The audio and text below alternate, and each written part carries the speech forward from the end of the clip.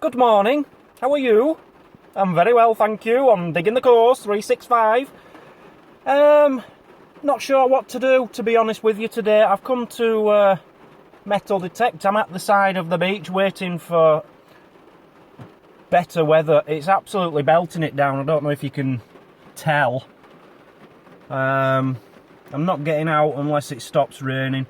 What I'm going to do is, whilst I'm sat here, try and find somewhere I could take you instead, historic places. So I'll have a look, and if I find somewhere, I'll take you there instead. Okay, it's still belting it down. So I found a Roman 40 type thing, something Roman anyway. Let's go there and hope it isn't raining there.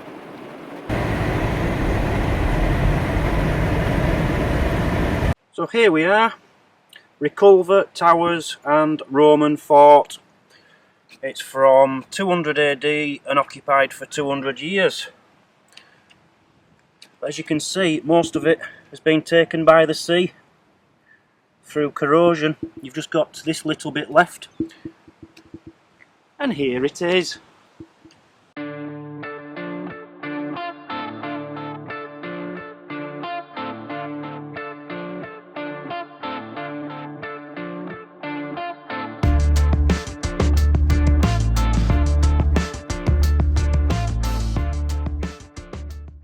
That's what it would have looked like, or something similar anyway.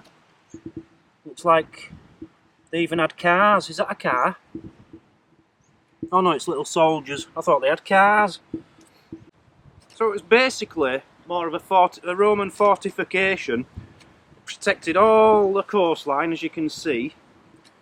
And it was to stop, it stopped all the Saxons and barbarians and baddies coming and plundering all the Roman riches. Something like that anyway.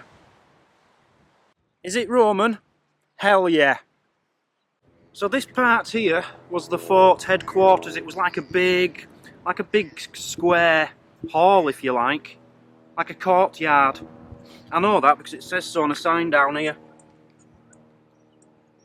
Now I'm going to have to check if my permit covers it. I doubt it because there's a Roman fort here. But maybe I can get metal detecting down there. It's beach. It is beach. I'll have to check if my permit covers it, because if it does, we're down there tomorrow. Wouldn't that be nice to find some Roman coins on the beach? I was just attempting to read this, but I got bored about there. Something about a church. And this is interesting. Christianity came to Kent with Saint Augustine. I'm planning on taking you to Saint Augustine Abbey, which is in Canterbury. I might take you there after here, actually. And he brought Christianity back over to Britain or something. I don't really know what I'm talking about, if I'm being completely honest with you. So up there you've got the Roman fort, but this wasn't here in Roman times. Oh no, this was water. So the coastline would just go all the way around the fort. This was all water, and just in the distance was the Isle of Thanet, okay, which basically it's all been drained out now and it's just part of Britain still. It's still part of mainland Britain. But the Isle of Thanet is where Saint Augustine landed. He came from Rome and landed there, and he wanted to spread Christianity into Kent, into this county. I know that because it says it all on this sign here. You can see there. But that's where we are. Let me just turn the light down. There you go. I do look after you. That's where we are. So we would have been right on the end of the peninsula there. Big river down here. Big boaty things like this came through with the Romans on. Isle of Thanet, that's where Saint Augustine came. Sarah is where I stayed last night. Very interesting stuff. And this is where I'm going to take you next, Canterbury. I'd like to go to Saint Augustine's Abbey in Canterbury. So I think I'll take you there. So that's your Roman fort. this is my really bad hairdo. Over there's a rainbow. And it's time to move on. It's time to move on to Canterbury. Come with me, let's go to Canterbury together. You'll like it in Canterbury, it's absolutely beautiful. Note to self and everybody else, don't go on any internet search engine and type in the words Canterbury cheap men's underwear. I'm appalled at the results, I'm absolutely appalled. Just a very quick one, everybody. Here's how much money we've raised for Rays of Sunshine so far. Bing! And here's how much money we've raised in the last 24 hours. Bing! Please keep the donations coming in, guys. Come on, I want to get it up to 9 wishes come true by the end of this video. We're nearly there. Let's get that ninth wish come true for a seriously ill child. Go to diggingthecoast.com or click on any of the links in the description. Thank you very much.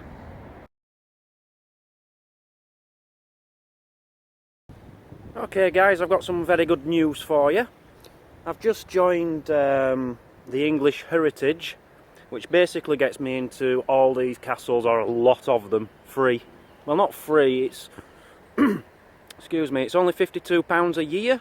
I can pay it monthly, so it's like £5 a month or something ridiculous. And for example, it includes Dover Castle, where I'm planning on going, and that's £20 odd just to get in there. So I'm going to save an absolute fortune and be able to take you to all the best places. We're here, Saint Augustine's Abbey. It's behind me. Basically, it's someone called Saint Augustine. He came over from Rome and to spread Christianity around. He got talking to an Anglo-Saxon king, and the king says, yeah, go for it, you know, a bit of land over there, build something if you like. So he built this abbey. It was the most prestigious abbey in Britain at the time, I believe. I don't know any more than that yet. Just give me time, yeah? I've got an audio guide and I'm working my way around, but I can't tell you everything until I know it all myself. We are here at the moment, and we're just going to go around with the audio guide and it's going to tell us all about it. Okay, so who was Saint Augustine? An Italian monk called Augustine landed here in 597. He wasn't a saint back then. He got made a saint after he died. He died in 605, I believe. And yeah, he came over with about 30 other monks, and he were a bit scared. You know, he just thought we were all barbarians over here in Britain, and we were a bit scared to confront us and say, look, I want to spread the word of Christianity. But he plucked up the balls to do it. He came over and he did alright. He did alright, yeah, and they made him a saint.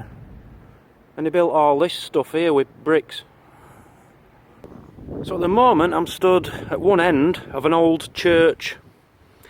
As you can see, it's been knocked down. The church will have looked like this back in the day when Saint Augustine built it. Pretty impressive, but not impressive enough because the Normans came over and kicked our butt, and they built that instead. They knocked it down and built this really cool one. And then, it doesn't matter where I seem to take you, Henry VIII always seems to get involved. He ordered this to be knocked down. Why, I don't know. So now I'm standing in the crypt, and this is where people would come for thousands of miles. This was the main tomb. This is where people came to bless Virgin Mary. She was quite famous in her day. Something to do with Jesus. And here, Chapel of St. Thomas the Apostle. They used to bury them here. I don't think they're here anymore. I think they've probably taken them out and stuck them in a museum. That's what they tend to do. It's quite nice, it's quite peaceful. Open air. Yeah, So you've got one over there, you've got the Mary one here, you've got the Chapel of Richard of Chichester here. He was celebrated for his simple lifestyle and dedication to care for the poor. I bet he wasn't poor though, I bet he did alright for himself. So this is the remains of a rotunda. It was round and it looked something like that. And I don't know what it is, just read it, just read it. I always thought Rotunda were a computer game from the ZX Spectrum back in the 80s. So this section here is the oldest part, if you like. This is from the original building by Saint Augustus in, what, 597 after death. And it was where the tombs of kings and archbishops were, including Saint Augustus himself. Oh, I did want to show you this, by the way. This is just a drawing someone's done, but this is what they interpret the King Ethelbert. King Ethelbert, he was the king of the Saxons who let Saint Augustine build this. And this is a reconstruction of his burial, if you like. Right here somewhere. So you come down here and this is quite impressive, quite an impressive set of people. You've got Lawrence there, 2nd Archbishop of Canterbury, from the year 605 to 619. Now you've got to remember, the Archbishop of Canterbury is probably, apart from the Pope, probably the most senior figure in religion at the moment, I'd have thought. And this is where Saint Augustine himself was buried. He's not here now, they've moved him. I don't know where he's gone. Probably in a museum on a table. But he was buried right here. You've got loads of them, look. Archbishop Theodore from the year 690. Okay, so behind me here was the library. One of probably, well, either one of or the biggest library in Britain at the time. And what you'd have in here is rows of desks and monks actually writing or drawing different scripts. And there were thousands of obviously very, very, very famous books. In the 1500s I think most of it were happening. I don't know. You know, it's alright giving you an audio guide and listening to it and reading the signs and stuff, but there's only so much you can do really before you want to look at something else. But it's alright, you know, it's a nice library. Open air again. Now behind me here you have the dining area. It was basically like a Burger King but in monken times. And there you go, they're all sat down eating. Apparently they could have fish on a Friday. They were all bald though, look at them. Every single one of them were old. And this is pretty cool. A cup made from a coconut shell around 1400s. It was framed in silver because coconuts were so unusual at the time. There you go, fill your boots. So here, underneath this turf, is actually an infirmary. The hospital for the monks. They excavated it in the early 1900s and then just covered it up. I don't know why. They even play football on top of it now. I don't know if there's any monks in there. I don't know if they buried any of them there. But if they did, that's a little bit sick if you ask me, playing football on top of it. Right, I'm going to tell you a story about a monk now. So there's a monk called Pete, not Peter if you want to be formal.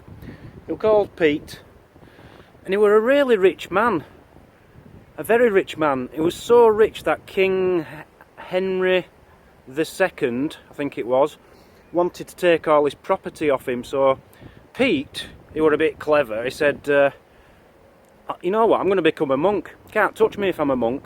So he became a monk here at Saint Augustine's, and then the king couldn't touch him because he was a monk, a wealthy monk, he had loads of money. Anyway, when it all calmed down a bit, Pete wanted to get out. He'd had enough, he didn't want to be a monk anymore, And they says, whoa, hang on, Pete, buddy, you signed up for life.